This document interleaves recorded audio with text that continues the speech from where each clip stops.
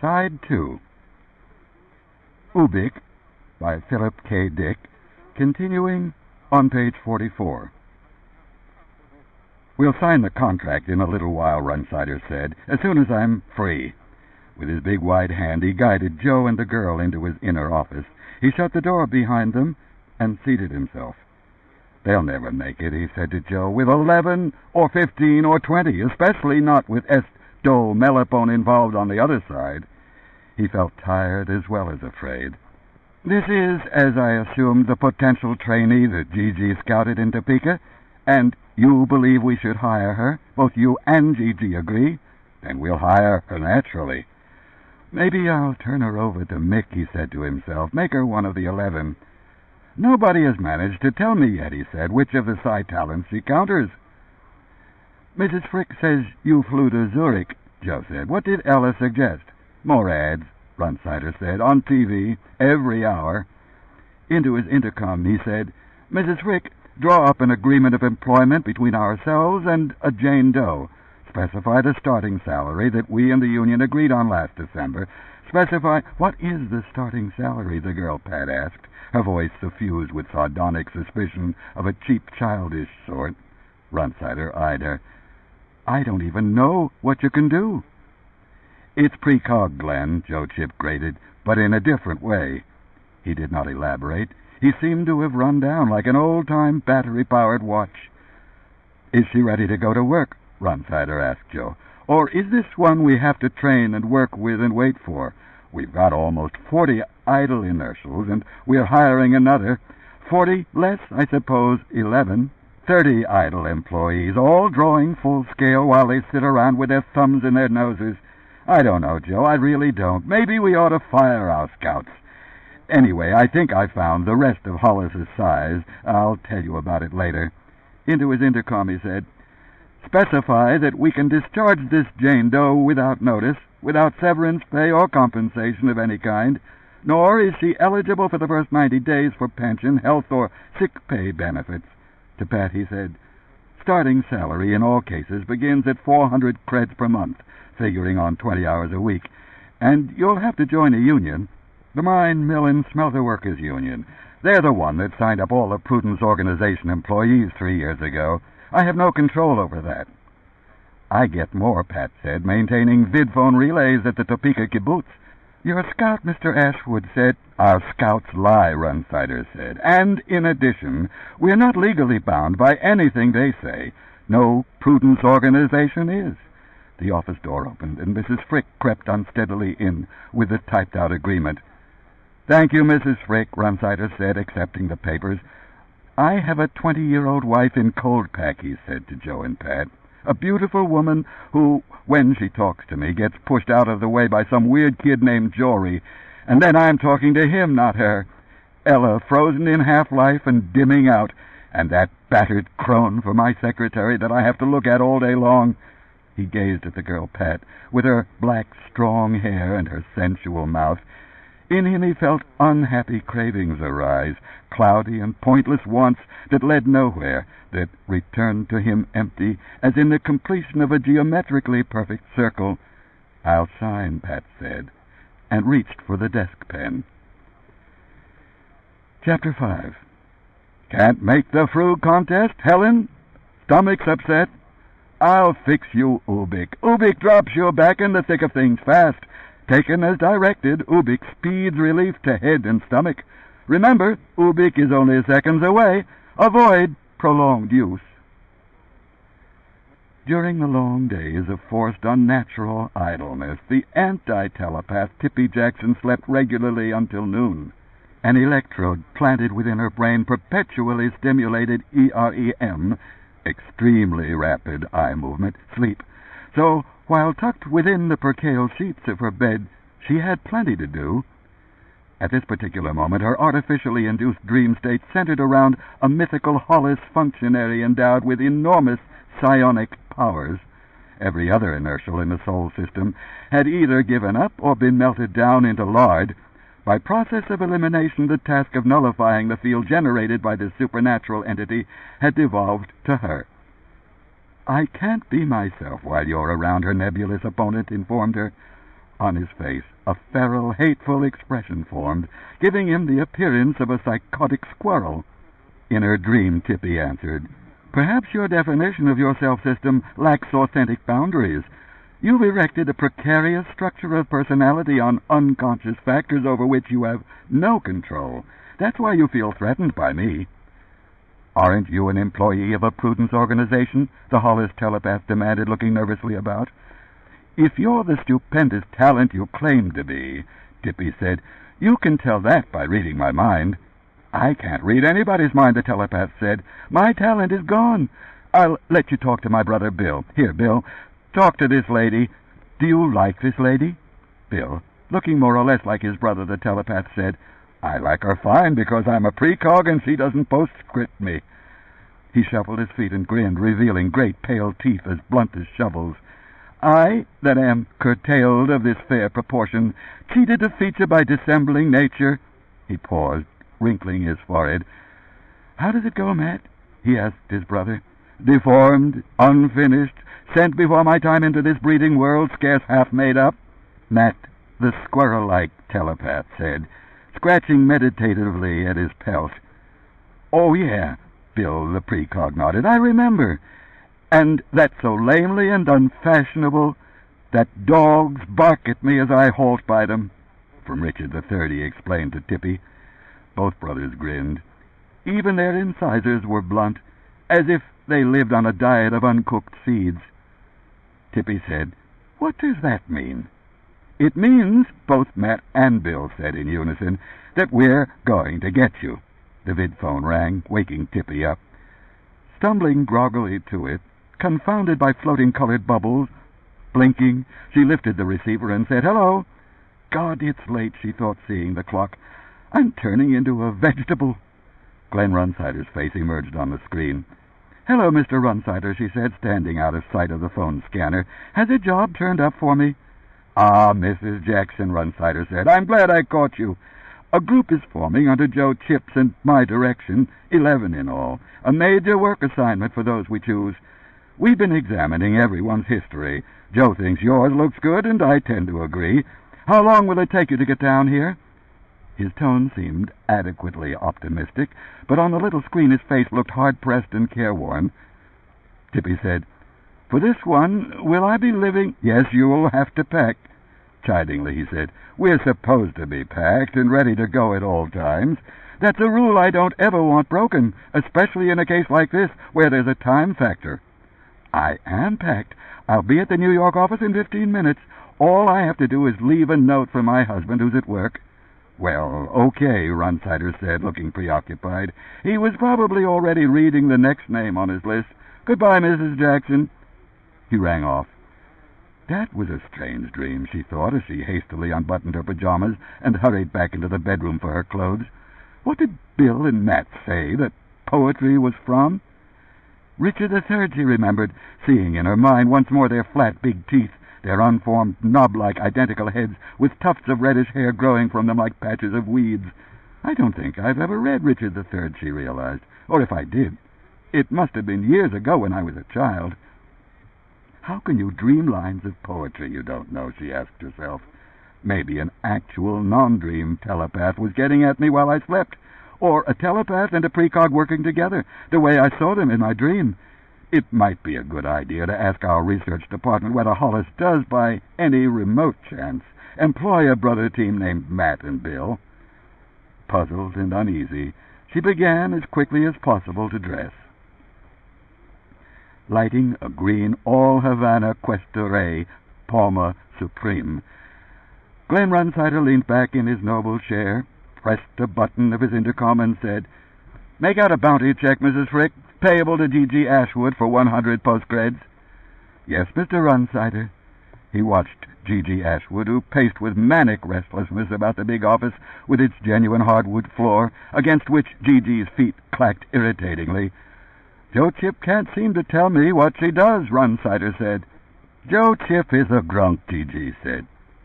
"How come she, this Pat, can travel back into time and no one else can? I'll bet this talent isn't new. You scouts probably just missed noticing it up until now. Anyhow, it's not logical for a Prudence organization to hire her. It's a talent, not an anti-talent. We deal in, as I explained, and as Joe indicated on the test report, it aborts the precogs out of business. But that's only a side effect, Runsider pondered moodily. Joe thinks she's dangerous. I don't know why. Did you ask him why? Runsider said. He mumbled, the way he always does. Joe never has reasons, just hunches. On the other hand, he wants to include her in the MIC operation. He shuffled through, rooted among and rearranged the personnel department documents before him on his desk. Ask Joe to come in here so we can see if we've got our group of 11 set up. He examined his watch. They should be arriving about now. I'm going to tell Joe to his face that he's crazy to include this Pat Connolly girl if she's so dangerous. Wouldn't you say, Gigi? Gigi Ashwood said, He's got a thing going with her. What sort of thing? A sexual understanding. Joe has no sexual understanding. Nina Freed read his mind the other day, and he's too poor even to... He broke off because the office door had opened. Mrs. Frick teetered her way in, carrying Gigi's bounty check for him to sign. I know why he wants her along on the MIC operation, Runsider said, as he scratched his signature on the check, so he can keep an eye on her. He's going to. He's going to measure the psi field, despite what the client stipulated. We have to know what we're up against. Thank you, Mrs. Frick. He waved her away and held the check out to Gigi Ashwood. Suppose we don't measure the psi field and it turns out to be too intense for our inertials. Who gets blamed? We do, Gigi said. I told them 11 wasn't enough. We're supplying our best. We're doing the best we can. After all, getting Stanton Mick's patronage is a matter of great importance to us.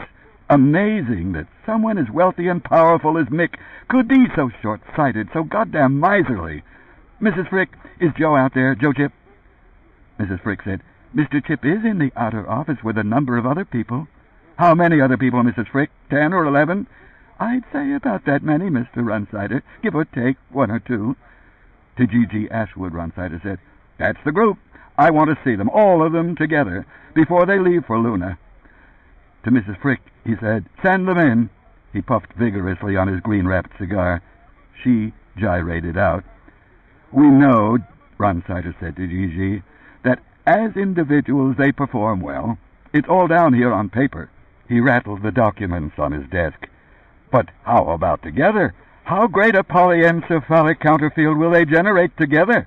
Ask yourself that, Gigi. That is the question to ask. I guess time will tell, Gigi Ashwood said. I've been in this business a long time, Runsider said. From the outer office, people began to file in. This is my contribution to contemporary civilization. That puts it well, Gigi said. You're a policeman guarding human privacy. You know what Ray Hollis says about us, Runsider said. He says we're trying to turn the clock back. He eyed the individuals who had begun to fill up his office. They gathered near one another, none of them speaking. They waited for him. What an ill-assorted bunch, he thought pessimistically. A young string bean of a girl with glasses and straight lemon-yellow hair, wearing a cowboy hat, black lace mantilla, and Bermuda shorts. That would be Edie Dorn. A good-looking, older, dark woman with tricky, deranged eyes who wore a silk sari and nylon obi and bobby socks. Francie something. A part-time schizophrenic who imagined that sentient beings from Beetlejuice occasionally landed on the roof of her Connacht building. A woolly-haired adolescent boy, wrapped in a superior and cynical cloud of pride, this one in a floral muumuu and spandex bloomers, Runsider had never encountered before. And so it went. 5 females and, he counted, 5 males. Someone was missing. Ahead of Joe Chip, the smoldering, brooding girl, Patricia Conley, entered. That made the 11th. The group had all appeared. You made good time, Mrs. Jackson, he said to the mannish, 30-ish, sand-colored lady wearing ersatz vicuna trousers and a gray sweatshirt on which had been printed a now faded full-face portrait of Bertrand Lord Russell. You had less time than anybody else, inasmuch as I notified you last. Tippy Jackson smiled a bloodless, sand-colored smile. Some of you I know, Runsider said, rising from his chair and indicating with his hands that they should find chairs and make themselves comfortable, smoking if necessary. You, Miss Dorn. Mr. Chip and I chose you first because of your top-notch activity vis-a-vis as Dole Melepone, whom you eventually lost through no fault of your own. Thank you, Mr. Runsider, Edie Dorn said in a wispy, shy trickle of a voice. She blushed and stared wide-eyed at the far wall. It's good to be a part of this new undertaking, she added, with undernourished conviction. Which one of you is Al Hammond? Runsider asked, consulting his documents. An excessively tall, stoop-shouldered Negro, with a gentle expression on his elongated face, made a motion to indicate himself. I've never met you before, Runsider said, reading the material from Al Hammond's file. You rate highest among our anti-precogs. I should, of course, have gotten around to meeting you. How many of the rest of you are anti-precog? 3 additional hands appeared. The 4 of you, Runsider said, will undoubtedly get a great bloop out of meeting and working with G.G. Ashwood's most recent discovery, who aborts precogs on a new basis. Perhaps Miss Conley herself will describe it to us. He nodded toward Pat, and found himself standing before a shop window on Fifth Avenue, a rare coin shop. He was studying an uncirculated U.S. gold dollar and wondering if he could afford to add it to his collection. What collection? He asked himself, startled. I don't collect coins. What am I doing here? And how long have I been wandering around window shopping when I ought to be in my office supervising... He could not remember what he generally supervised. A business of some kind, dealing in people with abilities, special talents. He shut his eyes, trying to focus his mind. No, I had to give that up, he realized. Because of a coronary last year, I had to retire. But I was just there, he remembered, only a few seconds ago, in my office, talking to a group of people about a new project. He shut his eyes. It's gone, he thought dazedly. Everything I built up. When he opened his eyes, he found himself back in his office. He faced G.G. Ashwood, Joe Chip, and a dark, intensely attractive girl whose name he did not recall. Other than that, his office was empty, which, for reasons he did not understand, struck him as strange. Mr. Runsider, Joe Chip said, I'd like you to meet Patricia Conley. The girl said, How nice to be introduced to you at last, Mr. Runsider. She laughed, and her eyes flashed exultantly. Runsider did not know why. Joe Chip realized, She's been doing something. Pat, he said aloud, I can't put my finger on it, but things are different. He gazed wonderingly around the office. It appeared as it had always. Too loud a carpet, too many unrelated art objects. On the walls, original pictures of no artistic merit whatever. Glenn Runsider had not changed. Shaggy and gray, his face wrinkled broodingly, he returned Joe's stare. He, too, seemed perplexed. Over by the window, G.G. Ashwood, wearing his customary natty birch-bark pantaloons, hemp-rope belt, peekaboo see-through top, and train engineer's tall hat, shrugged indifferently. He obviously saw nothing wrong. Nothing is different, Pat said. Everything is different, Joe said to her. You must have gone back into time and put us on a different track. I can't prove it, and I can't specify the nature of the changes. No domestic quarreling on my time, Runsider said frowningly. Joe, taken aback, said, Domestic quarreling? He saw then on Pat's finger the ring, wrought silver and jade. He remembered helping her pick it out. 2 days, he thought, before we got married. That was over a year ago, despite how bad off I was financially. That, of course, is changed now. Pat, with her salary and her money-minding propensity, fixed that for all time. Anyhow, to continue, Runsider said, we must each of us ask ourselves why Stanton Mick took his business to a prudence organization other than ours. Logically, we should have gotten the contract. We're the finest in the business, and we're located in New York, where Mick generally prefers to deal. Do you have any theory, Mrs. Chip? He looked hopefully in Pat's direction. Pat said, Do you really want to know, Mr. Runsider? Yes, he nodded vigorously. I'd very much like to know. I did it, Pat said. How? With my talent, Runsider said. What talent? You don't have a talent. You're Joe Chip's wife. At the window, G.G. Ashwood said, You came in here to meet Joe and me for lunch. She has a talent, Joe said. He tried to remember, but already it had become foggy. The memory dimmed even as he tried to resurrect it. A different time track, he thought. The past. Other than that, he could not make it out. There the memory ended. My wife, he thought, is unique. She can do something no one else on earth can do. In that case, why isn't she working for Runsider Associates? Something is wrong. Have you measured it? Runsider asked him. I mean, that's your job. You sound as if you have. You sound sure of yourself. I'm not sure of myself, Joe said. But I am sure about my wife, he said to himself. I'll get my test gear, he said, and we'll see what sort of a field she creates. Oh, come on, Joe, Runsider said angrily. If your wife has a talent or an anti-talent, you would have measured it at least a year ago. You wouldn't be discovering it now. He pressed a button on his desk intercom. Personnel, do we have a file on Mrs. Chip, Patricia Chip? After a pause, the intercom said, No file on Mrs. Chip. Under her maiden name, perhaps? Conley, Joe said. Patricia Conley. Again a pause. On a Miss Patricia Conley, we have 2 items. An initial scout report by Mr. Ashwood, and then test findings by Mr. Chip. From the slot of the intercom, repros of the 2 documents slowly dribbled forth and dropped to the surface of the desk. Examining Joe Chip's findings, Runsider said, scowling, Joe, you better look at this. Come here. He jabbed a finger at the page, and Joe, coming over beside him, saw the twin underlined crosses. He and Runsider glanced at each other, then at Pat. I know what it reads, Pat said levelly. Unbelievable power. Anti-psi field unique in scope.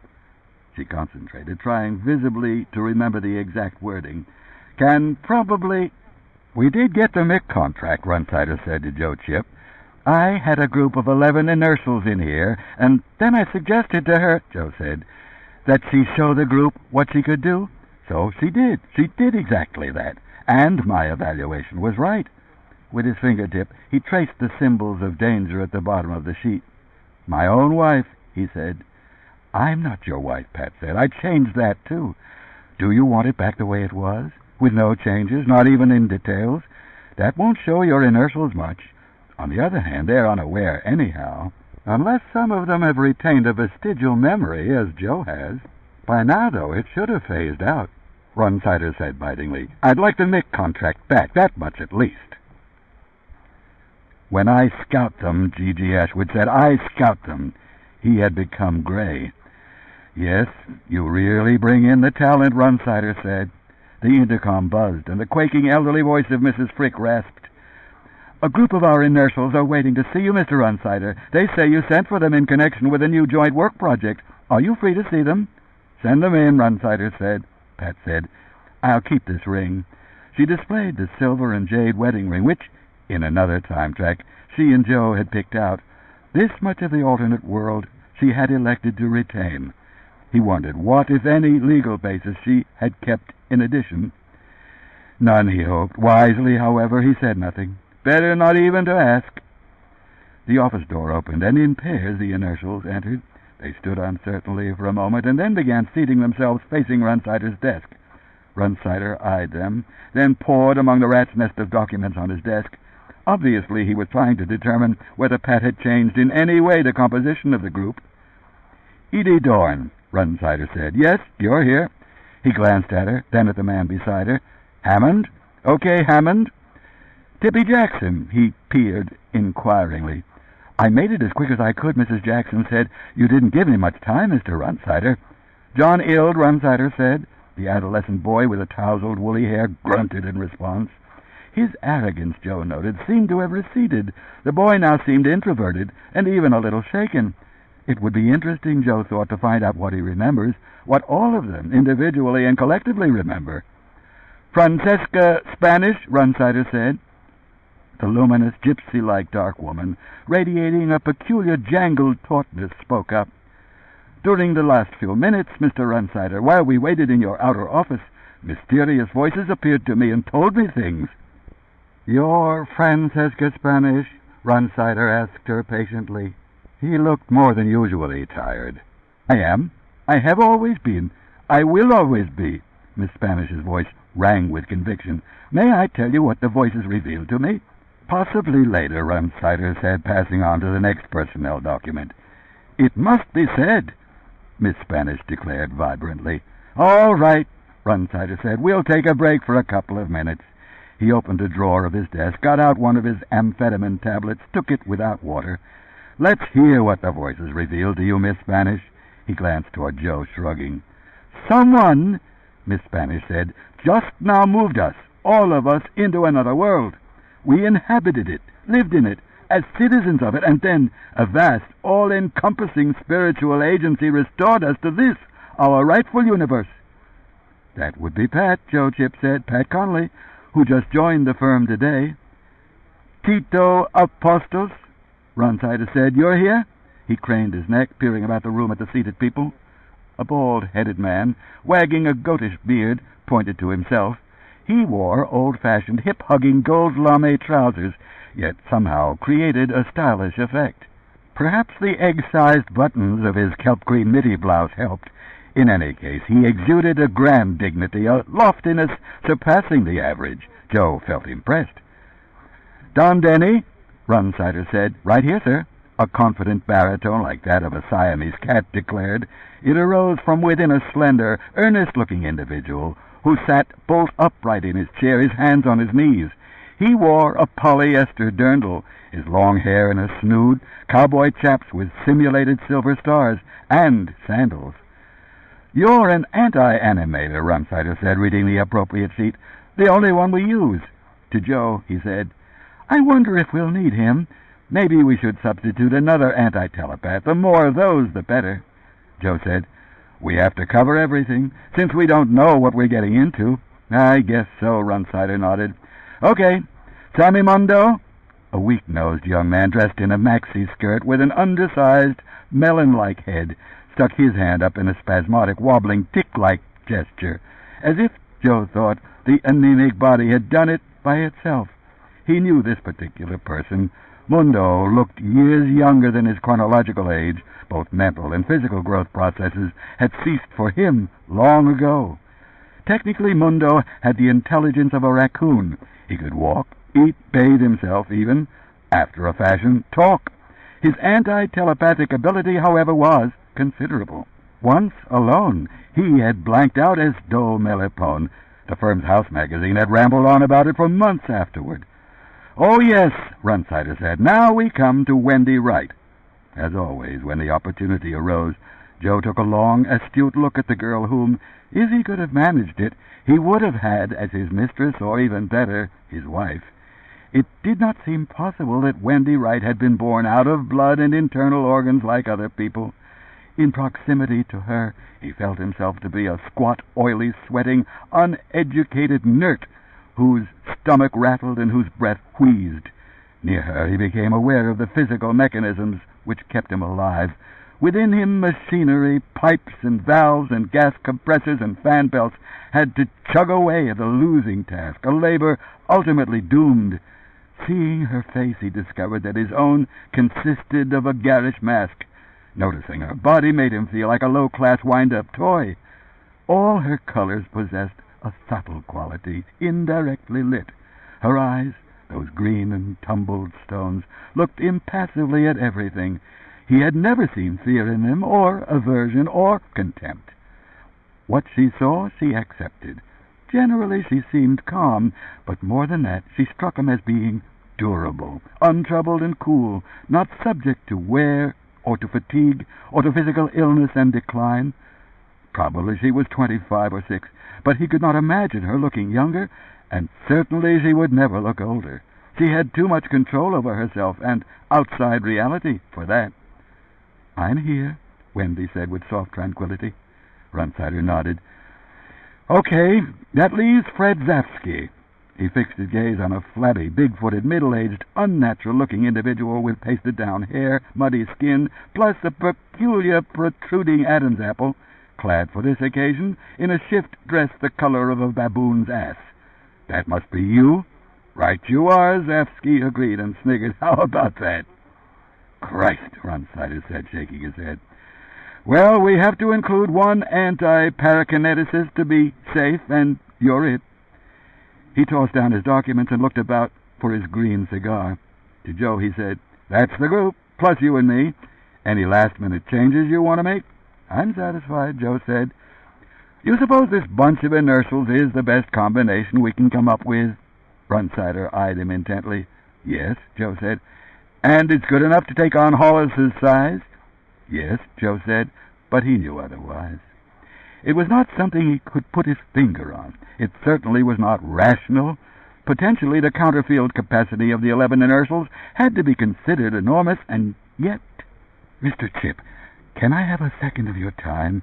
Mr. Apostos, bald-headed and bearded, his gold lame trousers glittering, plucked at Joe Chip's arm. Could I discuss an experience I had late last night? In a hypnagogic state, I seem to have contacted one or possibly two of Mr. Hollis's people, a telepath evidently operating in conjunction with one of their precogs. Do you think I should tell Mr. Runsider? Is it important? Hesitating, Joe Chip looked toward Runsider, seated in his worthy beloved chair trying to relight his all-Havana cigar. Runsider appeared terribly tired. The wattles of his face sagged. No, Joe said. Let it go. Ladies and gentlemen, Runsider said, raising his voice above the general noise, we're leaving now for Luna. You 11 inertials, Joe Chip and myself, and our client's rep, Zoe Wirt. 14 of us in all. We'll use our own ship. He got out his round gold anachronistic pocket watch and studied it. 3:30. Pratfall 2 will take off from the main roof field at 4. He snapped his watch shut and returned it to the pocket of his silk sash. Well, Joe, he said, we're in this for better or worse. I wish we had a resident precog who could take a look ahead for us. Both his face and the tone of his voice drooped with worry and the cares, the irreversible burden of responsibility and age. Chapter 6. We wanted to give you a shave like no other you ever had. We said, it's about time a man's face got a little loving. We said, with Ubik self-winding, Swiss chromium never-ending blade, the days of scrape are over. So try Ubik and be loved. Warning, use only as directed and with caution. Welcome to Luna, Zoe Wirt said cheerfully, her jolly eyes enlarged by her red-framed triangular glasses. Via myself, Mr. Howard says hello to each and every one of you, and most especially to Mr. Glenn Runsider for making his organization, and you people in particular, available to us. This subservice hotel suite, decorated by Mr. Howard's artistically talented sister, Lada, lies just 300 linear yards from the industrial and research facilities which Mr. Howard believes to have been infiltrated. Your joint presence in this room, therefore, should already be inhibiting the psionic capabilities of Hollis's agents, a thought pleasing to all of us. She paused, looked over them all. Are there any questions? Tinkering with his test gear, Joe Chip ignored her. Despite their client's stipulation, he intended to measure the surrounding psionic field. During the hour-long trip from Earth, he and Glenn Runsider had decided on this. I have a question, Fred Zafsky said, raising his hand. He giggled. Where is the bathroom? You will each be given a miniature map, Zoe Wirt said, on which this is indicated. She nodded to a drab female assistant who began passing out brightly colored glossy paper maps. This suite, she continued, is complete with a kitchen, all the appliances of which are free rather than coin-operated. Obviously, outright blatant expense has been incurred in the constructing of this living unit, which is ample enough for 20 persons, possessing as it does its own self-regulating air, heat, water, and unusually varied food supply, plus closed-circuit TV and high-fidelity polyphonic phonograph sound system. The two latter facilities, however, unlike the kitchen, being coin-operated. To aid you in utilizing these recreation facilities, a change-making machine has been placed in the game room. My map, Al Hammond said, shows only 9 bedrooms. Each bedroom, Miss Wirt said, contains 2 bunk-type beds, hence 18 accommodations in all. In addition, 5 of the beds are double, assisting those of you who wish to sleep with each other during your stay here. I have a rule, Runsider said irritably, about my employees sleeping with one another. For or against? Zoe Wirt inquired. Against. Runsider crumpled up his map and dropped it to the metal, heated floor. I'm not accustomed to being told—" "But you will not be staying here, Mr. Runsider," Miss Wirt pointed out. "Aren't you returning to Earth as soon as your employees begin to function?" She smiled her professional smile at him. Runsider said to Joe Chip, "You getting any readings as to the psi field?" "First," Joe said, "I have to obtain a reading on the counterfield our inertials are generating." "You should have done that on the trip," Runsider said. "Are you attempting to take measurements?" Miss Wirt inquired alertly. "Mr. Howard expressly contraindicated that, as I explained." "We're taking a reading anyway," Runsider said.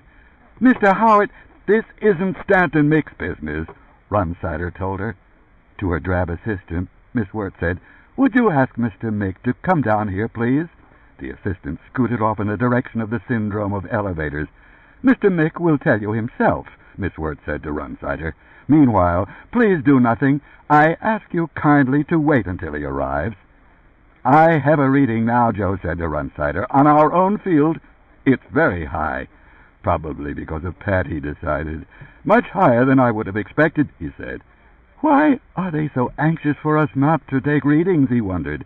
"It's not a time factor now. Our inertials are here and operating." "Are there closets," Tippy Jackson asked, "where we can put away our clothes? I'd like to unpack."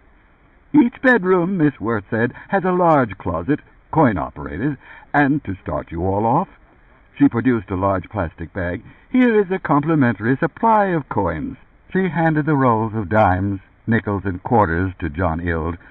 "Would you distribute these equally?" A gesture of goodwill by Mr. Mick.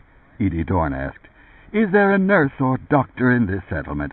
Sometimes I develop psychosomatic skin rashes when I'm hard at work. A cortisone-based ointment usually helps me, but in a hurry I forgot to bring some along."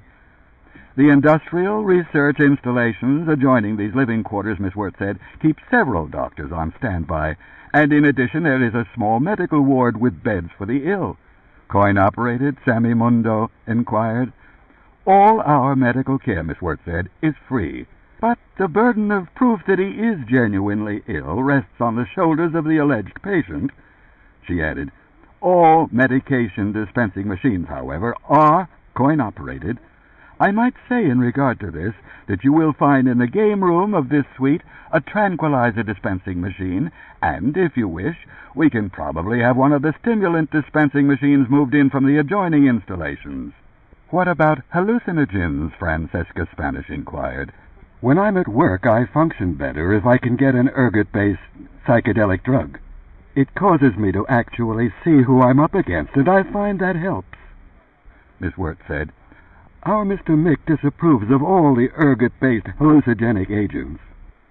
He feels they're liver-toxic. If you have brought any with you, you're free to use them, but we will not dispense any, although I understand we have them." "Since when," Don Denny said to Francesca Spanish, "did you begin to need psychedelic drugs in order to hallucinate? Your whole life's a waking hallucination." Unfazed, Francesca said, "2 nights ago I received a particularly impressive visitation." "I'm not surprised," Don Denny said. "A throng of precogs and telepaths descended from a ladder, spun of finest natural hemp to the balcony outside my window. They dissolved a passageway through the wall and manifested themselves around my bed, waking me up with their chatter. They quoted poetry and languid prose from old-time books, which delighted me. They seemed so—" she groped for the word, "sparkling. One of them, who called himself Bill—" "Wait a minute," Tito Apostos said. "I had a dream like that, too." He turned to Joe. "Remember I told you just before we left Earth?" His hands convulsed excitedly. "Didn't I?" "I dreamed that, too," Tippy Jackson said. "Bill and Matt, they said they were going to get me." His face twisting with abrupt darkness, Runsider said to Joe, "You should have told me." "At the time," Joe said, he gave up. "You looked tired. You had other things on your mind." Francesca said sharply, "It wasn't a dream. It was an authentic visitation. I can distinguish the difference." "Sure you can, Francie," Don Denny said. He winked at Joe. "I had a dream," John Ild said, "but it was about hover cars. I was memorizing their license plate numbers. I memorized 65, and I still remember them. Want to hear them?" "I'm sorry, Glenn," Joe Chip said to Runsider. "I thought only Apostas experienced it. I didn't know about the others. The sound of elevator doors sliding aside made him pause. He and the others turned to look. Pot-bellied, squat, and thick-legged, Stanton Mick perambulated toward them. He wore fuchsia pedal pushers, pink yak fur slippers, a snakeskin sleeveless blouse, and a ribbon in his waist-length dyed white hair. His nose, Joe thought, it looks like the rubber bulb of a New Delhi taxi horn, soft and squeezable, and loud, the loudest noise, he thought, that I have ever seen. "Hello, all you top anti-size," Stanton Mick said, extending his arms in fulsome greeting. "The exterminators are here. By that I mean yourselves." His voice had a squeaky, penetrating castrato quality to it, an unpleasant noise that one might expect to hear, Joe Chip thought, from a hive of metal bees. The plague, in the form of various psionic riffraff, descended upon the harmless, friendly, peaceful world of Stanton Mick. What a day that was for us in Mickville, as we call our attractive and appetizing lunar settlement here. You have, of course, already started work, as I knew you would. That's because you're tops in your field, as everyone realizes when Runsider Associates is mentioned. I'm already delighted at your activity, with one small exception, that I perceive your tester there dingling with his equipment. Tester, would you look my way while I'm speaking to you?" Joe shut off his polygraphs and gauges, killed the power supply. "Do I have your attention now?" Stanton Mick asked him. "Yes," Joe said. "Leave your equipment on," Runsider ordered him. "You're not an employee of Mr. Mick. You're my employee." "It doesn't matter," Joe said to him. "I've already gotten a reading on the psi field being generated in this vicinity." He had done his job. Stanton Mick had been too slow in arriving. "How great is their field?" Runsider asked him. Joe said, "There is no field." "Our inertials are nullifying it? Our counterfield is greater?" "No," Joe said. "As I said, there is no psi field of any sort within range of my equipment. I pick up our own field, so as far as I can determine, my instruments are functioning. I consider that an accurate feedback." "We're producing 2,000 BLR units, fluctuating upward to 2,100 every few minutes. Probably it will gradually increase. By the time our inertials have been functioning together, say, 12 hours, it may reach as high as—" "I don't understand," Runsider said. All the inertials now were gathering around Joe Chip. Don Denny picked up one of the tapes which had been excreted by the polygraph, examined the unwavering line, then handed the tape to Tippy Jackson. One by one, the other inertials examined it silently, then looked toward Runsider. To Stanton Mick, Runsider said, "Where did you get the idea that psis had infiltrated your operations here on Luna? And why didn't you want us to run our normal tests? Did you know we would get this result?" "Obviously he knew," Joe Chip said. He felt sure of it. Rapid, agitated activity crossed Runsider's face. He started to speak to Stanton Mick, then changed his mind and said to Joe in a low voice, "Let's get back to Earth. Let's get our inertials right out of here now." Aloud to the others he said, "Collect your possessions. We're flying back to New York. I want all of you in the ship within the next 15 minutes. Any of you who aren't in will be left behind. Joe, get all that junk of yours together in one heap. I'll help you lug it to the ship, if I have to. Anyhow, I want it out of here, and you with it." He turned in Mick's direction once again, his face puffy with anger. He started to speak. Squeaking in his metal insect voice, Stanton Mick floated to the ceiling of the room, his arms protruding distendedly and rigidly. "Mr. Runsider, don't let your thalamus override your cerebral cortex. This matter calls for discretion, not haste. Calm your people down, and let's huddle together in an effort to mutually understand." His rotund, colorful body bobbed about, twisting in a slow, transversal rotation, so that now his feet, rather than his head, extended in Runsider's direction. "I've heard of this," Runsider said to Joe. "It's a self-destruct humanoid bomb. Help me get everybody out of here. They just now put it on auto. That's why it floated upward." The bomb exploded. Smoke, billowing in ill-smelling masses which clung to the ruptured walls and floor, sank and obscured the prone, twitching figure at Joe Chip's feet. In Joe's ear, Don Denny was yelling, "They killed Runsider! Mr. Chip, that's Mr. Runsider!" In his excitement, he stammered, "Who else Joe said thickly, trying to breathe. The acrid smoke constricted his chest. His head rang from the concussion of the bomb, and, feeling an oozing warmth on his neck, he found that a flying shard had lacerated him. Wendy Wright, indistinct, although close by, said, "I think everyone else is hurt, but alive." Bending down beside Runsider, Edie Dorn said, "Could we get an animator from Ray Hollis?"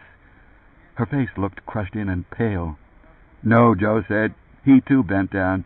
"You're wrong," he said to Don Denny. "He's not dead."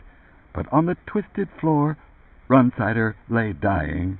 In 2 minutes, 3 minutes, Don Denny would be correct. "Listen, everybody," Joe said aloud. "Since Mr. Runsider is injured, I'm now in charge. Temporarily, anyhow, until we can get back to Terra. Assuming," Al Hammond said, "we get back at all." With a folded handkerchief, he patted a deep cut over his right eye. "How many of you have hand weapons?" Joe asked. The inertials continued to mill without answering. "I know it's against society rules," Joe said, "but I know some of you carry them. Forget the illegality. Forget everything you've ever learned pertaining to inertials on the job carrying guns." After a pause, Tippy Jackson said, "Mine is with my things in the other room." "Mine is here with me," Tito Apostos said. He already held in his right hand an old-fashioned lead-slug pistol.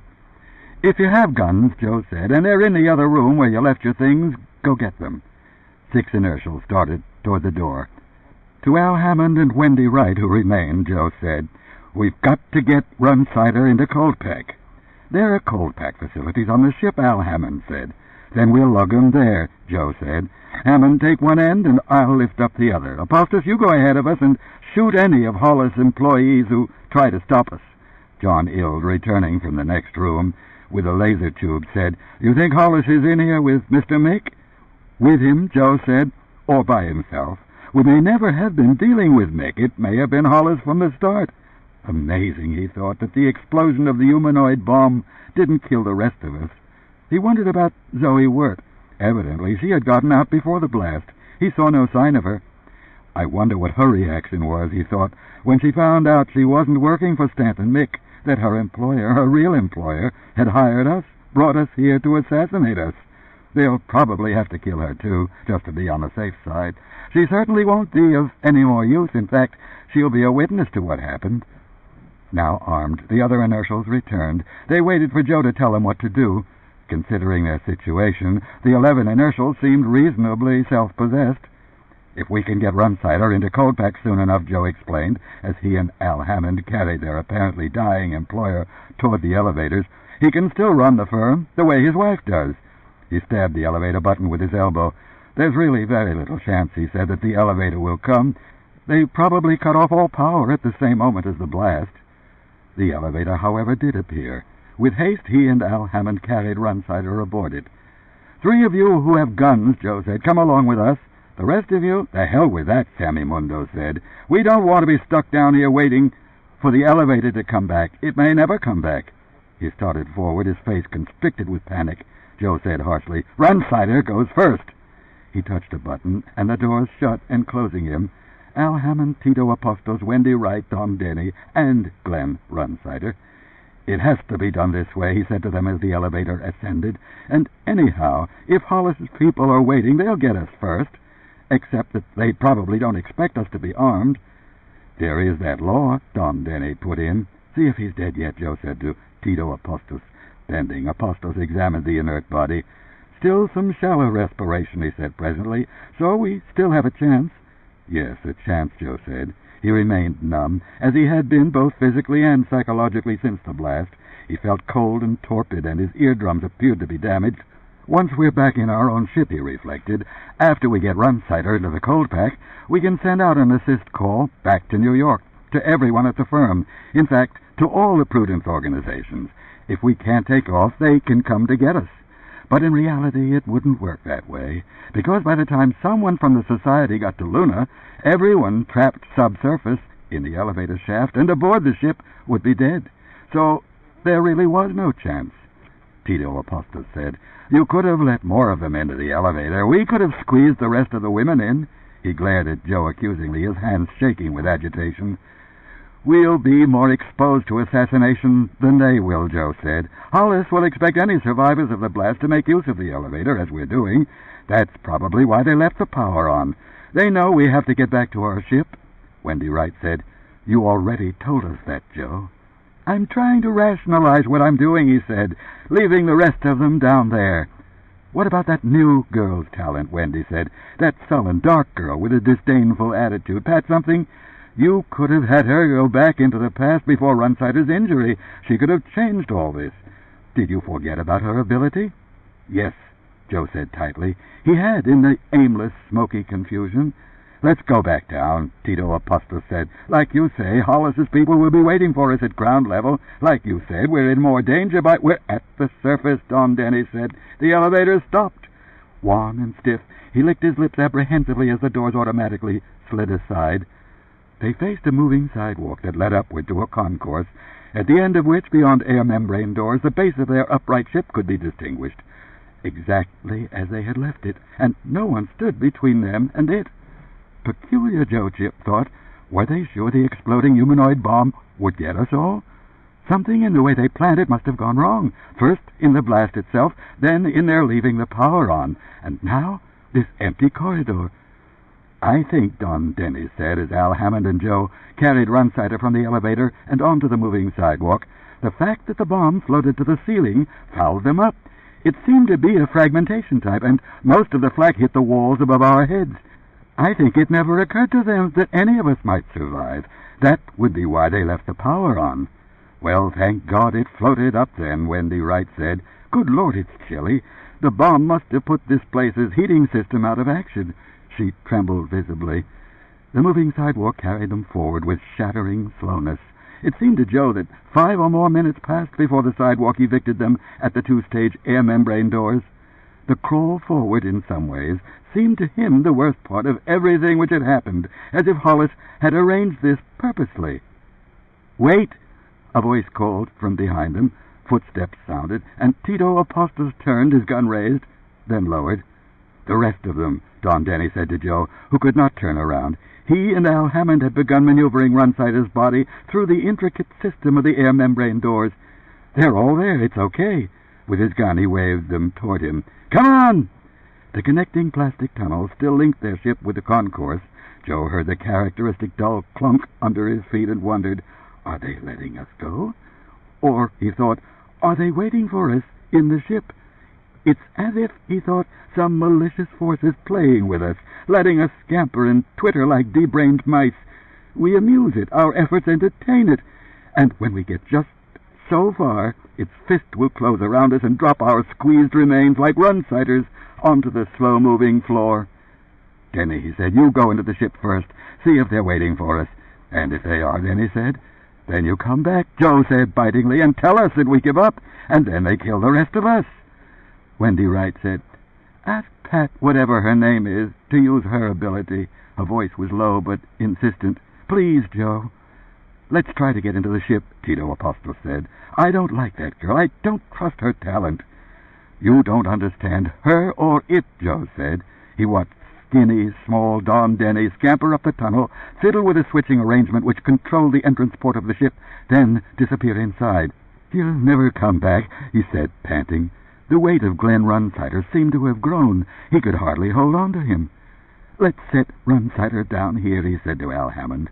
Together the two of them lowered Runsider to the floor of the tunnel.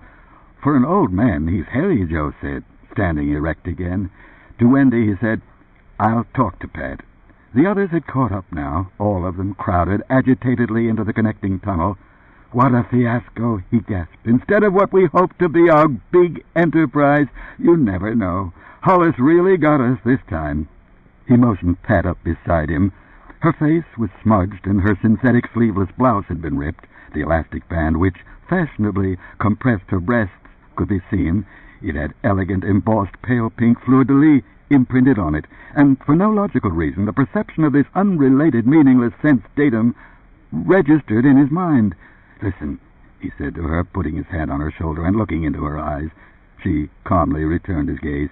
"Can you go back to a time before the bomb was detonated and restore Glenn Runsider?" "It's too late now," Pat said. "Why?" "That's it. Too much time has passed. I would have had to do it right away." "Why didn't you?" Wendy Wright asked her with hostility. Swinging her gaze, Pat eyed her. "Did you think of it? If you did, you didn't say. Nobody said." "You don't feel any responsibility then," Wendy said, "for Runsider's death, when your talent could have obviated it?" Pat laughed. Returning from the ship, Don Denny said, "It's empty." "Okay," Joe said, motioning to Al Hammond. "Let's get him into the ship and into cold pack." He and Al once more picked up the dense, hard-to-manage body. They continued on into the ship. The inertials scrambled and shoved around him, eager for sanctuary.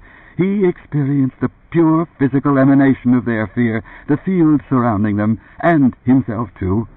The possibility that they might actually leave Luna alive made them more rather than less desperate. Their stunned resignation had now completely gone. "Where's the key?" John Ild shrilled in Joe's ear as he and Al Hammond stumbled groggily toward the cold-packed chamber. He plucked at Joe's arm. "The key, Mr. Chip." Al Hammond explained. "The ignition key for the ship. Runsider must have it on him. Get it before we drop him into the cold pack, because after that we won't be able to touch him." Digging in Runsider's various pockets, Joe found a leather key case. He passed it to John Ild. "Now we can put him into cold pack," he said with savage anger. "Come on, Hammond. For Christ's sake, help me get him into the pack." "But we didn't move swiftly enough," he said to himself. "It's all over. We failed." Well, he thought wearily, so it goes. The initial rockets came on with a roar. The ship shuddered as, at the control console, 4 of the inertials haltingly collaborated in the task of programming the computerized command receptors. "Why did they let us go?" Joe asked himself, as he and Al Hammond stood Runsider's lifeless or apparently lifeless body upright in the floor-to-ceiling cold-pack chamber. Automatic clamps closed about Runsider's thighs and shoulders, supporting him, while the cold, glistening with its own simulated life, sparkled and shone, dazzling Joe Chip and Al Hammond. "I don't understand it," he said. "They fouled up," Hammond said. "They didn't have any backup planned behind the bomb. Like the bomb plotters who tried to kill Hitler. When they saw the explosion go off in the bunker, all of them assumed, 'Before the cold kills us,' Joe said. 'Let's get out of this chamber.'" He prodded Hammond ahead of him. Once outside, the 2 of them together twisted the locking wheel into place. "God, what a feeling," he said, "to think that a force like that preserves life of a sort."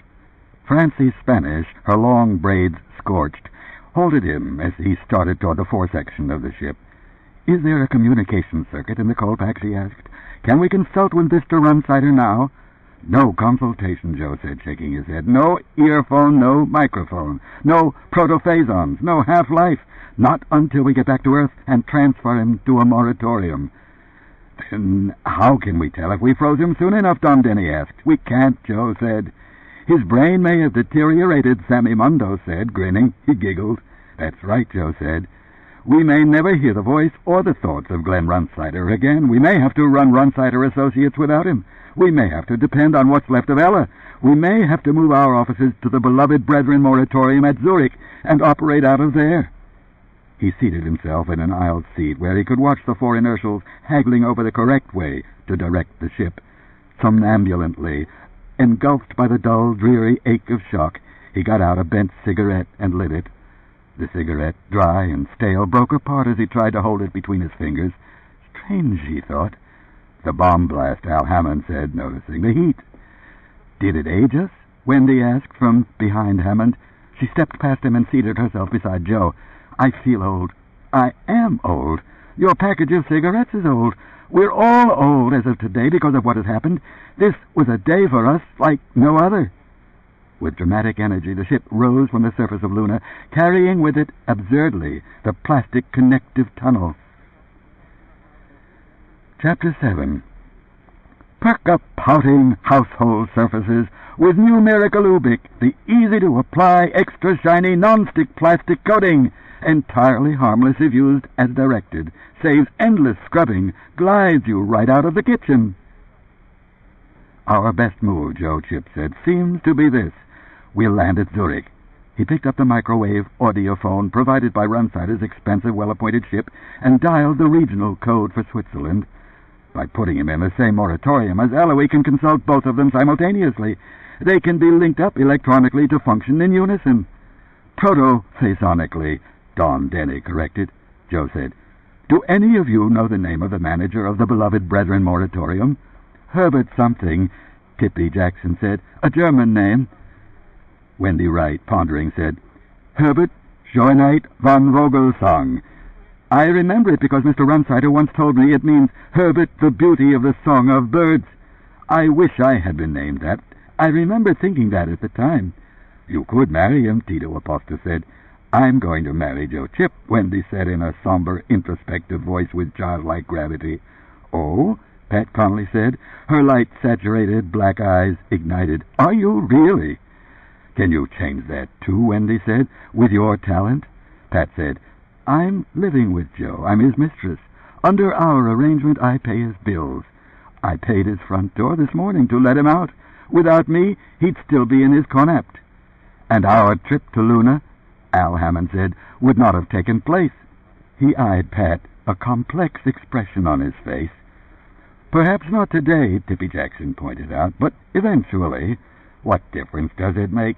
Anyhow, I think that's fine for Joe to have a mistress who pays his front door. She nudged Joe on the shoulder, her face beaming with what struck Joe as salacious approval, a sort of vicarious enjoying of his private personal activities.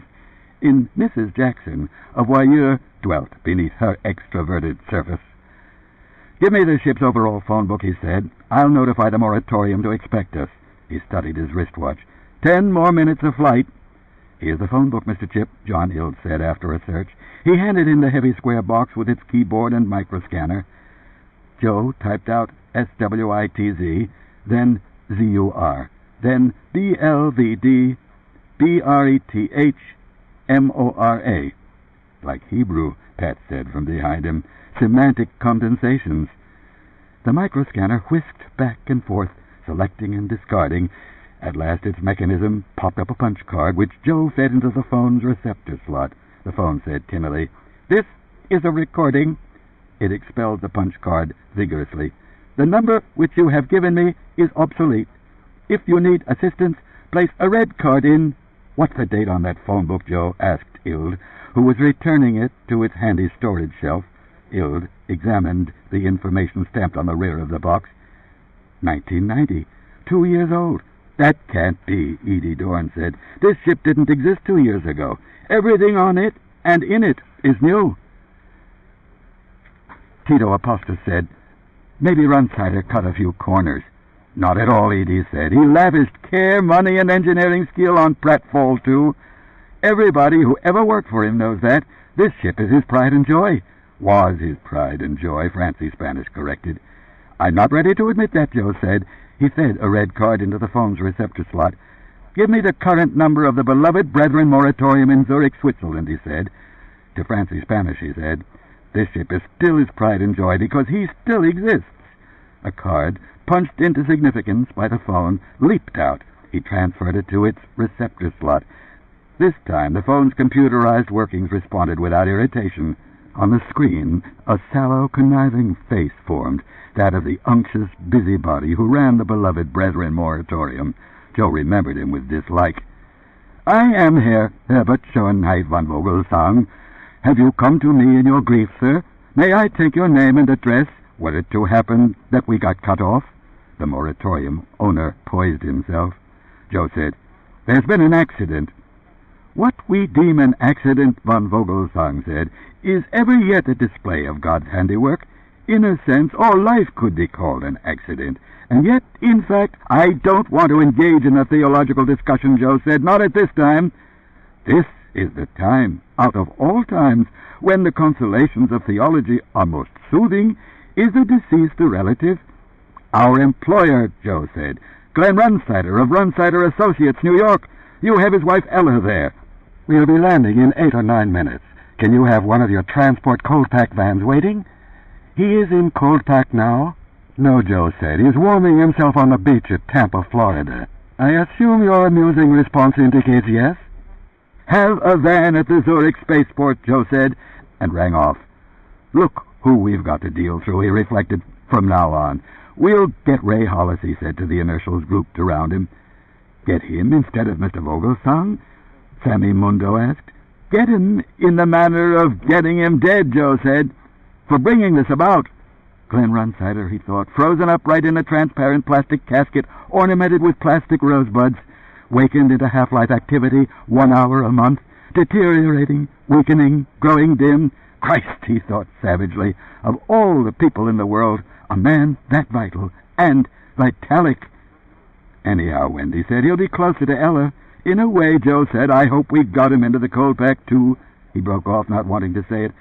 I don't like moratoriums, he said, or moratorium owners. I don't like Herbert Schoenheit von Vogelsang. Why does Runsider prefer Swiss moratoriums? What's the matter with a moratorium in New York? It is a Swiss invention, Edie Dorn said, and according to impartial surveys, the average length of half-life of a given individual in a Swiss moratorium is 2 full hours greater than an individual in one of ours. The Swiss seem to have a special knack. The UN ought to abolish half-life, Joe said, as interfering with the natural process of the cycle of birth and death. Mockingly, Al Hammond said, if God approved of half-life, each of us would be born in a casket filled with dry ice. At the control console, Don Denny said, we're now under the jurisdiction of the Zurich microwave transmitter. It'll do the rest. He walked away from the console looking glum. Cheer up, Edie Dorn said to him. To be brutally harsh about it, consider how lucky all of us are. We might be dead now, either by the bomb or by being lasered down after the blast. It'll make you feel better once we land. We'll be so much safer on Earth, Joe said. The fact that we had to go to Lunar should have tipped us off. Should have tipped Runsider off, he realized. Because of that loophole in the law dealing with civil authority on Lunar, Runsider always said, be suspicious of any job order requiring us to leave Earth. If he were alive, he'd be saying it now. Especially don't bite if it's Lunar where they want us. Too many prudence organizations have bitten on that. If he does revive at the moratorium, he thought, that'll be the first thing he says.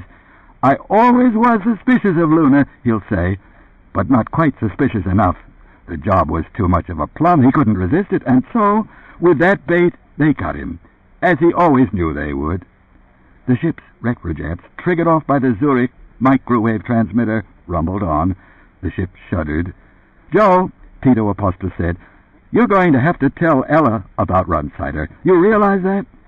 I've been thinking about it, Joe said, since we took off and started back. The ship, slowing radically, prepared by means of its various homeostatic servo-assist systems to land. And in addition, Joe said, I have to notify the Society as to what's happened. They'll rake us over the coals. They'll point out right away that we walked into it like sheep. Sammy Mundo said, but the Society is our friend. Nobody, Al Hammond said, after a fiasco like this, is our friend. A solar battery-powered chopper marked Beloved Brethren Moratorium waited at the edge of the Zurich field. Beside it stood a beetle-like individual wearing a continental outfit, tweed toga, loafers, crimson sash, and a purple airplane propeller beanie. The proprietor of the moratorium minced toward Joe Chip, his gloved hand extended as Joe stepped from the ship's ramp onto the flat ground of Earth. Not exactly a trip replete with joy, I would judge by your appearance, von Vogelsang said as they briefly shook hands. May my workmen go aboard your attractor ship and begin... Yes, Joe said, go aboard and get him. Hands in his pockets, he meandered toward the field's coffee shop, feeling bleakly glum. All standard operating procedure from now on, he realized. We got back to Earth. Hollis didn't get us. We're lucky. The lunar operation, the whole awful, ugly rat trap experience, is over, and a new phase begins, one which we have no direct power over. 5 cents, please, the door at the coffee shop said, remaining shut before him. He waited until a couple passed by him on their way out. Neatly, he squeezed by the door, made it to a vacant stool, and seated himself. Hunched over, his hands locked together before him on the counter, he read the menu. Coffee, he said. Cream or sugar? The speaker of the shop's ruling monad turret asked. Both. The little window opened. A cup of coffee, 2 tiny paper-wrapped sacks of sugar, and a test tube-like container of cream slid forward and came to rest before him on the counter. 1 international post-cred, please, the speaker said. Joe said, charge this to the account of Glenn Runsider of Runsider Associates, New York. Insert the proper credit card, the speaker said. They haven't let me carry around a credit card in 5 years, Joe said. I'm still paying off what I charged back in. One postcred, please, the speaker said. It began to tick ominously. Or in 10 seconds I will notify the police. He passed the postcred over. The ticking stopped. We can do without your kind, the speaker said. One of these days, Joe said wrathfully, people like me will rise up and overthrow you, and the end of tyranny by the homeostatic machine will have arrived. The day of human values and compassion and simple warmth will return, and when that happens, someone like myself who has gone through an ordeal and who genuinely needs hot coffee to pick him up and keep him functioning when he has to function will get the hot coffee whether he happens to have a postcred readily available or not. He lifted the miniature pitcher of cream, then set it down. And furthermore, your cream or milk or whatever it is sour. The speaker remained silent. Aren't you going to do anything? Joe said. You had plenty to say when you wanted a postcred. The pay door of the coffee shop opened and Al Hammond came in. He walked over to Joe and seated himself beside him. The moratorium has Runsider in their chopper. They're ready to take off and they want to know if you intend to ride with them. Joe said, Look at this cream. He held up the pitcher. In it the fluid plastered the sides in dense clots. This is what you get for a postcred in one of the most modern, technologically advanced cities on Earth. I'm not leaving here until this place makes an adjustment, either returning my postcred or giving me a replacement pitcher of fresh cream so I can drink my coffee. Putting his hand on Joe's shoulder, Al Hammond studied him. What's the matter, Joe? First my cigarette, Joe said. Then the 2-year-old obsolete phone book in the ship. And now they're serving me weak old sour cream. I don't get it, Al. Drink the coffee black, Al said, and get over to the chopper so they can take Runsider to the moratorium. The rest of us will wait in the ship until you come back, and then we'll head for the nearest society office and make a full report to them. Joe picked up the coffee cup and found the coffee cold, inert, and ancient. A scummy mold covered the surface. He set the cup back down in revulsion. What's going on? He thought. What's happening to me? His revulsion became all at once a weird, nebulous panic. Come on, Joe, Al said, his hand closing firmly around Joe's shoulder. Forget the coffee. It isn't important. What matters is getting Runsider to... You know who gave me that postcred, Joe said. Pat Conley. And right away I did what I always do with money. I frittered it away on nothing. On last year's cup of coffee. He got down from the stool, urged off it by Al Hammond's hand. How about coming with me to the moratorium? I need backup help, especially when I go to confer with Ella. What should we do? Blame it on Runsider? Say it was his decision for us all to go to Luna? That's the truth. Or maybe we should tell her something else. Tell her his ship crashed or he died of natural causes. But Runsider will eventually be linked up to her, Al said, and he'll tell her the truth. So you have to tell her the truth. They left the coffee shop and made their way to the chopper belonging to the beloved Brethren Moratorium. Maybe I'll let Runsider tell her, Joe said as they boarded. Why not? It was his decision for us to go to Luna. Let him tell her himself. And he's used to talking to her. Ready, gentlemen? Von Vogelsong inquired, seated at the controls of the chopper. Shall we wind our doleful steps in the direction of Mr. Runsider's final home? Joe groaned and stared out through the window of the chopper, fixing his attention on the buildings that made up the installations of Zurich Field. Yeah, take off, Al said. As the chopper left the ground, the moratorium owner pressed a button on his control panel. Throughout the cabin of the chopper, from a dozen sources, the sound of Beethoven's Missa Solemnis rolled forth sonorously, the many voices saying, Agnus Dei, qui tollis peccato mundi, over and over again, accompanied by an electronically augmented symphony orchestra. Did you know that Toscanini used to sing along with the singers when he conducted an opera, Joe said? That in his recording of Traviata you can hear him during the aria Sempre Libera? I didn't know that, Al said. He watched the sleek, sturdy connapts of Zurich move by below, a dignified and stately procession which Joe also found himself watching. Libera me, Domine, Joe said. What's that mean? Joe said, It means, God have mercy on me. Don't you know that? Doesn't everybody know that? What made you think of it? Al said, The music, the goddamn music. To Von Vogelsong, he said, Turn the music off. Runsider can't hear it. I'm the only one who can hear it, and I don't feel like hearing it. To Al, he said, You don't want to hear it, do you? Al said. "Calm down, Joe." "We're carrying our dead employer to a place called the Beloved Brethren Moratorium," Joe said, "and he says calm down. You know, Runsider didn't have to go with us to Luna. He could have dispatched us and stayed in New York. So now the most life-loving, full-living man I ever met has been—" "Your dark-skinned companion's advice is good," the moratorium owner chimed in. "What advice?" Joe said. "To calm yourself." Von Vogelsang opened the glove compartment of the chopper's control panel. He handed Joe a merry, multicolored box. "Chew one of these, Mr. Chip." "Tranquilizing gum," Joe said, accepting the box. Reflexively, he opened it. "Peach-flavored tranquilizing gum." To Al, he said, "Do I have to take this?" "You should," Al said. Joe said, "Runsider would never have taken a tranquilizer under circumstances of this sort. Glenn Runsider never took a tranquilizer in his life. You know what I realize now, Al. He gave his life to save ours, in an indirect way." "Very indirect," Al said. "Here we are," he said. The chopper had begun to descend toward a target painted on a flat roof fields below. "You think you can compose yourself?" he asked Joe. "I can compose myself," Joe said, "when I hear Runsider's voice again, when I know some form of life, half-life, is still there." The moratorium owner said cheerily, "I wouldn't worry on that score, Mr. Chip. We generally obtain an adequate protophasonic flow at first.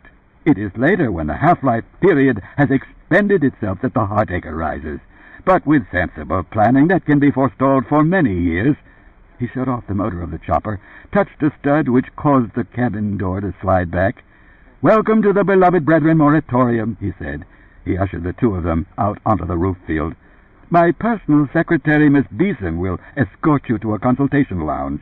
If you will wait there, being subliminally influenced into peace of soul by the colors and textures surrounding you, I will have Mr. Runsider brought in as soon as my technicians establish contact with him." "I want to be present at the whole process," Joe said. "I want to see your technicians bring him back." To Al, the moratorium owner said, "Maybe as his friend, you can make him understand." "We have to wait in the lounge, Joe," Al said. Joe looked at him fiercely. "Uncle Tom," he said. "All the moratoriums work this way," Al said. "Come on with me to the lounge." "How long will it take?" Joe asked the moratorium owner. "We'll know one way or another within the first 15 minutes. If we haven't gotten a measurable signal by then—" "You're only going to try for 15 minutes?" Joe said. To Al, he said, "They're only going to try for 15 minutes to bring back a man greater than all of us put together." He felt like crying aloud. "Come on," he said to Al. "Let's—" "You come on," Al repeated. "To the lounge." Joe followed him into the lounge. "Cigarette?" Al said, seating himself on a synthetic buffalo hide couch. He held his pack up to Joe. "They're stale," Joe said. He didn't need to take one, to touch one, to know that. "Yeah, so they are." Al put the pack away. "How did you know?" He waited. "You get discouraged easier than anyone I ever ran into. We're lucky to be alive. It could be us, all of us, in that cold pack there, and Runsider sitting out here in this lounge with these nutty colors." He looked at his watch. Joe said, "All the cigarettes in the world are stale." He examined his own watch. 10 after. He pondered, having many disjointed and unconnected brooding thoughts. They swam through him like silvery fish, fears and mild dislikes and apprehensions, and all the silvery fish recirculating to begin once more as fear. "If Runsider were alive," he said, "sitting out here in this lounge, everything would be okay. I know it, but I don't know why." He wondered what was, at this moment, going on between the moratorium's technicians and the remains of Glenn Runsider. "Do you remember dentists?" he asked Al. "I don't remember, but I know what they were." "People's teeth used to decay." "I realize that," Al said. "My father told me what it used to feel like waiting in a dentist's office. Every time the nurse opened the door, you thought, 'It's happening, the thing I've been afraid of all my life.'" "And that's what you feel now?" Al asked. "I feel... Christ, why doesn't that half-wit sap who runs this place come in here and say he's alive? Runsider's alive, or else he's not, one way or another. Yes or no?" "It's almost always yes. Statistically, as Vogelsang said, in this case it'll be no." "You have no way of knowing that," Joe said. "I wonder if Ray Hollis has an outlet here in Zurich."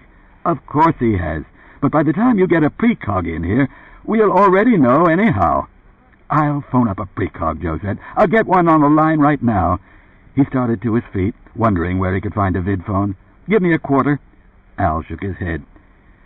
In a manner of speaking, Joe said, you're my employee. You have to do what I say, or I'll fire you. As soon as Runsider died, I took over management of the firm. I've been in charge since the bomb went off. It was my decision to bring him here, and it's my decision to rent the use of a precog for a couple of minutes. Let's have the quarter. He held out his hand. Runsider Associates, Al said, being run by a man who can't keep 50 cents on him. Here's a quarter. He got it from his pocket, tossed it to Joe. When you make out my paycheck, add it on. Joe left the lounge and wandered down a corridor, rubbing his forehead blearily. This is an unnatural place, he thought, halfway between the world and death. I am head of Runsider Associates now, he realized, except for Ella, who isn't alive and can only speak if I visit this place and have her revived. I know the specifications in Glenn Runsider's will, which now have automatically gone into effect.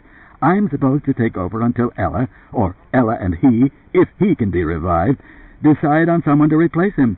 They have to agree. Both wills make that mandatory. Maybe, he thought, they'll decide I can do it on a permanent basis. That'll never come about, he realized. Not for someone who can't manage his own personal physical responsibilities. That's something else Hollis Precog would know, he realized. I can find out from them whether or not I'll be upgraded to director of the firm. That would be worth knowing along with everything else. And I have to hire the precog anyhow. Which way to a public vidphone? He asked a uniformed employee of the moratorium. The employee pointed. Thanks, he said, and wandered on. Coming at last to the pay vidphone, he lifted the receiver, listened for the dial tone, and then dropped in the quarter which Al had given him. The phone said, I am sorry, sir, but I can't accept obsolete money. The quarter clattered out of the bottom of the phone and landed at his feet, expelled in disgust. What do you mean? He said, stooping awkwardly to retrieve the coin. Since when is a North American Confederation quarter obsolete? I am sorry, sir, the phone said. The coin which you put into me was not a North American Confederation quarter, but a recalled issue of the United States of America's Philadelphia Mint. It is of merely numismatical interest now. Joe examined the quarter and saw on its tarnished surface the bas-relief profile of George Washington and the date. The coin was 40 years old, and, as the phone had said, long ago recalled. Having difficulties, sir? A moratorium employee asked, walking over pleasantly. I saw the phone expel your coin. May I examine it? He held out his hand, and Joe gave him the U.S. quarter. I will trade you a current Swiss 10-franc token for this, which the phone will accept. Fine, Joe said. He made the trade, dropped the 10-franc piece into the phone, and dialed Hollis' international toll-free number. Hollis Talents, a polished female voice said in his ear, and on the screen a girl's face, modified by artificial beauty aids of an advanced nature, manifested itself. Oh, Mr. Chip, the girl said, recognizing him. Mr. Hollis left word with us that you'd call. We've been expecting you all afternoon. Precogs, Joe thought. Mr. Hollis, the girl said, instructed us to put your call through to him. He wants to handle your needs personally. Would you hold on a moment while I put you through? So just a moment, Mr. Chip. The next voice that you hear will be Mr. Hollis, God willing. Her face vanished. He confronted a blank gray screen. A grim blue face with recessive eyes swam into focus, a mysterious countenance floating without neck or body. The eyes reminded him of flawed jewels. They shone, but the faceting had gone wrong. The eyes scattered light in irregular directions. Hello, Mr. Chip. So this is what he looks like, Joe thought. Photographs haven't caught this, the imperfect planes and surfaces, as if the whole brittle edifice had once been dropped, had broken, had then been re-glued, but not quite as before. The Society, Joe said, will receive a full report on your murder of Glenn Runsider. They own a lot of legal talent. You'll be in court the rest of your life. He waited for the face to react, but it did not. We know you did it, he said, and felt the futility of it, the pointlessness of what he was doing. As to the purpose of your call, Hollis said, in a slithering voice which reminded Joe of snakes crawling over one another, Mr. Runsider will not... Shaking, Joe hung up the receiver. He walked back up the corridor along which he had come. He reached the lounge once more, where Al Hammond sat morosely, picking apart a dry-as-dust former cigarette. There was a moment of silence, and then Al raised his head. "It's no," Joe said. "Vogelsang came around looking for you," Al said. "He acted very strange, and it was obvious what's been going on back there. 6 will get you 8. He's afraid to tell you outright. He'll probably go through a long routine, but it'll boil down, like you say, it'll boil down to no. So what now?" He waited. "Now we get Hollis," Joe said. "We won't get Hollis. The society," he broke off. The owner of the moratorium had sidled into the lounge, looking nervous and haggard, but attempting at the same time to emit an aura of detached, austere prowess. "We did what we could. At such low temperature, the flow of current is virtually unimpeded. There's no perceptible resistance at minus 150 G. The signal should have bounced out clear and strong, but all we got from the amplifier was a 60-cycle hum. Remember, however, that we did not supervise the original cold pack installation. Bear that in mind." Al said, "We have it in mind." He rose stiffly to his feet and stood facing Joe. "I guess that's it." "I'll talk to Ella," Joe said. "Now?" Al said. "You better wait until you know what you're going to say. Tell her tomorrow. Go home and get some sleep." "To go home," Joe said, "is to go home to Pat Conley. I'm in no shape to cope with her either." "Take a hotel room here in Zurich," Al said. "Disappear. I'll go back to the ship, tell the others, and report to the society. You can delegate it to me in writing." To von Vogelsang, he said, "Bring us a pen and a sheet of paper." End of side 2. To continue, change side selector switch and turn the cassette over.